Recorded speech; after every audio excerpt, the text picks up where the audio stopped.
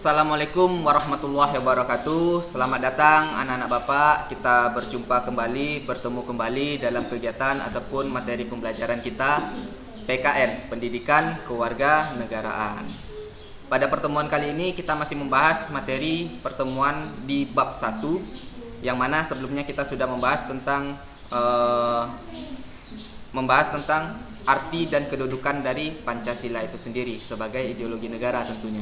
Nah, sekarang kita akan melanjutkan materinya, yang mana kita sudah memasuki pertemuan ketiga. Jadi Bapak harap anak-anak di 2 pertemuan sebelumnya anak-anak sudah memahami dan juga mengerti tentang materi yang telah Bapak sampaikan, sehingga anak-anak dapat dengan mudah melanjutkan ke materi berikutnya. Karena materi yang sebelumnya dengan yang sekarang tentu saling berkaitan. Jadi harus paham terlebih dahulu materi yang sebelumnya, sehingga yang sekarang akan mengikuti proses saja nanti. Baiklah anak-anak, kita lihat tema pada pertemuan kali ini tentang menyadari pentingnya kedudukan dan fungsi Pancasila dalam kehidupan bernegara. Oke. Nah, di sini di tampilan layar sudah dapat anak-anak saksikan ideologi negara kita. Namun sebelum memulai materi pembelajaran, alangkah baiknya Bapak tidak bosan-bosannya mengingatkan anak-anak untuk menyediakan perlengkapan alat-alat tulis ataupun alat-alat pembelajaran yang sekiranya dapat mendukung ataupun menunjang dalam proses pembelajaran kita tentunya. Yang kedua, Bapak minta juga kepada anak-anak Bapak untuk berdoa sejenak, minimal dengan membaca Bismillahirrahmanirrahim, dengan tujuan agar kegiatan pembelajaran kita dapat berjalan dengan lancar. Baik, kembali ke pokok materi kita ataupun kembali ke dalam kegiatan pembelajaran kita. Di sini sudah dapat anak-anak lihat di layar monitor kita sudah ada gambar burung Garuda yang merupakan ideologi dan juga lambang negara kita. Ada juga kompetensi dasar, pendahuluan. Ini merupakan butir dari sila-sila itu sendiri. Ini dia ada 5 ya anak-anak. Apa itu? Yang pertama adalah ketuhanan yang Maha Esa. Yang kedua, kemanusiaan yang adil dan beradab. Yang ketiga adalah persatuan Indonesia. Yang keempat, kerakyatan yang dipimpin oleh hikmat kebijaksanaan dalam permusyawaratan perwakilan. Yang kelima adalah keadilan sosial bagi seluruh rakyat Indonesia. Itu merupakan butir dari sila-sila itu sendiri, atau butir dari Pancasila itu sendiri. Baik, bagaimana bentuk pengamalannya atau bagaimana bentuk cara kita mengamalkan butir dari sila-sila itu sendiri? Mari saksikan penjelasan Bapak berikut. Kita lihat.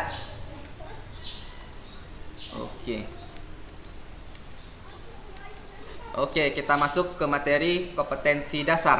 Untuk kompetensi dasar, yang pertama adalah bersyukur kepada Tuhan Yang Maha Esa. Yang kedua adalah mengembangkan sikap yang mencerminkan nilai-nilai luhur dari Pancasila itu sendiri. Yang ketiga adalah menelaah Pancasila sebagai dasar negara dan pandangan hidup. Itu sudah kita jelaskan kemarin. Yang keempat adalah menyajikan hasil telaah dari nilai-nilai Pancasila itu sendiri. Itu kompetensi dasar kita. Kita lanjut. Indikator pencapaian kompetensi. Yang pertama adalah tidak lupa bersyukur kepada Tuhan Yang Maha Esa, Allah Subhanahu wa taala. Yang kedua, berperilaku tanggung jawab sebagai wujud kedudukan dan juga fungsi Pancasila. Yang ketiga, menguraikan pentingnya kedudukan dan fungsi Pancasila. Yang keempat, menyusun gagasan tentang upaya mengamalkan nilai-nilai Pancasila dan dasar negara itu sendiri dalam kehidupan sehari-hari. Ini merupakan tema kita.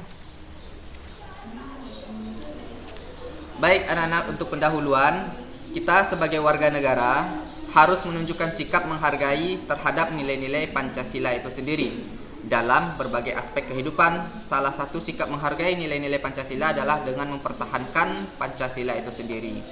Mempertahankan Pancasila mengandung pengertian bahwa kita harus melaksanakan dan mengamalkan nilai-nilai luhur Pancasila dalam kehidupan sehari-hari.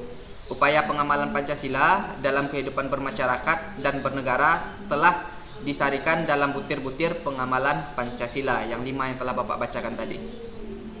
Baik, kita masuk ke butir sila ke-1. Oke, ketuhanan yang Maha Esa. Bagaimana bentuk pengamalan butir pengamalan dari ketuhanan yang Maha Esa ini sehingga dapat kita aplikasikan di dalam kehidupan sehari-hari? Yang pertama adalah bangsa Indonesia menyatakan percaya dan bertakwa terhadap Tuhan yang Maha Esa.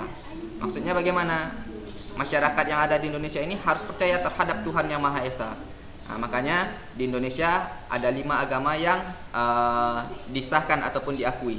Salah satunya adalah Islam itu sendiri, Kristen Katolik, Kristen Protestan, Hindu, Buddha, dan juga satu lagi Konghucu.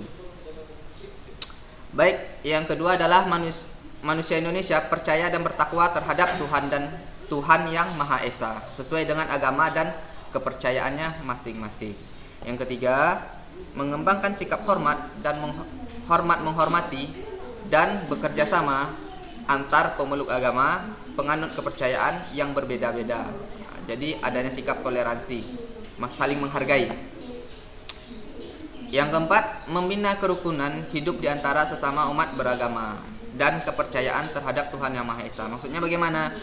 Oh, di hari besar Islam, contohnya Idul Adha kemarin, walaupun kita melaksanakan sholat Idul Adha di sekitar perumahan kita ataupun di sekitar tempat tinggal kita ada yang beragama non-Islam, nah berarti dia tetap harus menghargai, tidak boleh mencemooh ataupun tidak boleh merendahkan dan lain sebagainya. Kita pun demikian juga, ketika hari-hari besarnya, nah, kita menghargai apa yang mereka laksanakan.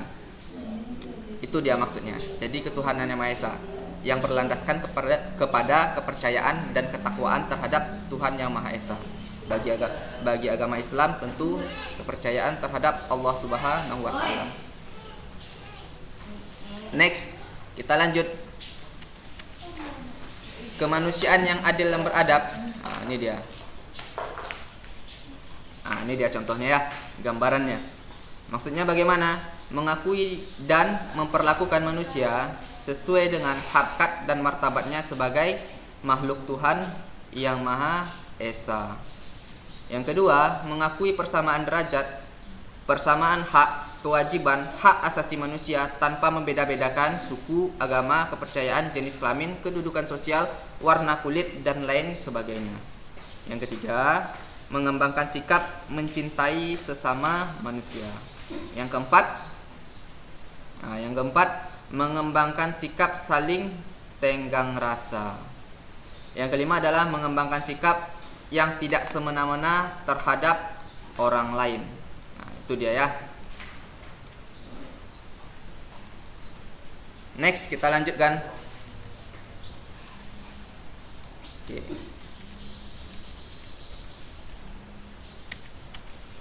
Masuk ke butir pengamalan Pancasila yang ketiga. Apa itu? Persatuan Indonesia. Apa saja bentuk butir-butir pengamalannya? Nah, di sini ada gambar Tentara Nasional Indonesia (TNI). Yang pertama adalah mampu menempatkan persatuan dan kesatuan serta kepentingan dan keselamatan bangsa dan negara di atas kepentingan pribadi tentunya ataupun kepentingan golongan. Berarti kepentingan bangsa dan negara itu lebih utama daripada kepentingan pribadi kita sendiri sebagai pejabat negara ataupun orang-orang yang memiliki wewenang ataupun jabatan khusus. Yang kedua adalah sanggup dan rela berkorban untuk kepentingan negara dan bangsa. Yang ketiga adalah mengembangkan rasa cinta kepada tanah air dan juga bangsa. Yang keempat adalah mengembangkan rasa kebanggaan berkebangsaan dan bertanah air Indonesia. Yang kelima, memelihara ketertiban dunia yang berdasarkan kemerdekaan, perdamaian abadi, dan keadilan sosial. Next, kita lanjutkan. Butir pengamalan sila keempat. Kerakyatan yang dipimpin oleh hikmat kebijaksanaan. Jadi pemimpin itu harus bijaksana dalam permusyawaratan perwakilan. Oke, bagaimana bentuk pengamalan butir dari sila keempat itu sendiri? Yang pertama adalah sebagai warga negara dan warga masyarakat atau masyarakat, setiap manusia Indonesia memiliki kedudukan, hak dan kewajiban yang sama. Yang kedua, tidak boleh memaksakan kehendak terhadap orang lain. Nah, itu dia. Yang ketiga, mengutamakan musyawarah dalam mengambil keputusan bersama. Jadi tidak boleh memaksakan kehendak dan harus melaksanakan musyawarah sebelum mengambil keputusan. Itulah yang dilakukan oleh pemimpin-pemimpin negara kita. Yang keempat adalah musyawarah untuk mencapai mufakat diliputi oleh semangat kekeluargaan. Jadi harus ada semangat kekeluargaannya. Yang kelima adalah menghormati dan menjunjung tinggi sikap keputusan yang dicapai sebagai hasil musyawarah. Jadi apapun hasil mufakat yang telah disepakati itu harus dihormati dan dijunjung tinggi. Nah, jadi harus ada musyawarahnya terlebih dahulu. Next, kita lihat sila ke-5, sila yang terakhir. Keadilan sosial bagi seluruh rakyat Indonesia. Bagaimana butir pengamalannya? Yang pertama adalah mengembangkan perbuatan yang luhur yang mencerminkan sikap dan suasana kekeluargaan dan kegotoroyongan. Yang kedua, mengembangkan sikap adil terhadap sesama. Yang ketiga, menjaga keseimbangan antara hak dan kewajiban. Yang keempat, menghormati hak orang lain. Yang kelima adalah suka memberi pertolongan kepada orang lain agar dapat berdiri sendiri atau berdikari. Oke, nah itu dia materi kita ataupun kegiatan pembelajaran kita pada pertemuan kali ini. Bapak harap anak-anak sudah mengerti dan paham. Untuk lebih jelasnya nanti silahkan anak-anak lihat dan baca sendiri, ataupun ketika anak-anak tidak tahu nanti anak-anak boleh bertanya kembali dengan Bapak tentunya melalui media ataupun jejaringan sosial nantinya, baik melalui WhatsApp, via telepon dan lain sebagainya. Nah, Bapak tutup.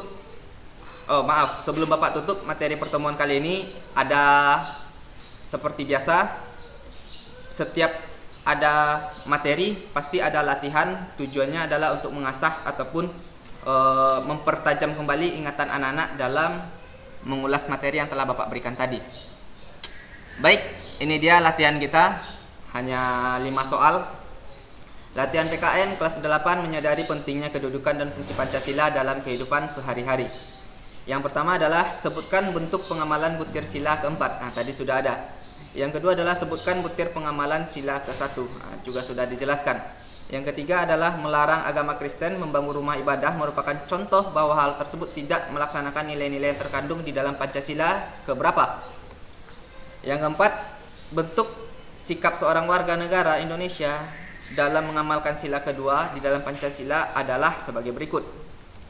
Yang kelima, nilai-nilai yang terkandung di dalam Pancasila Persatuan Indonesia antara lain. Nah, silahkan anak-anak cari tahu sendiri.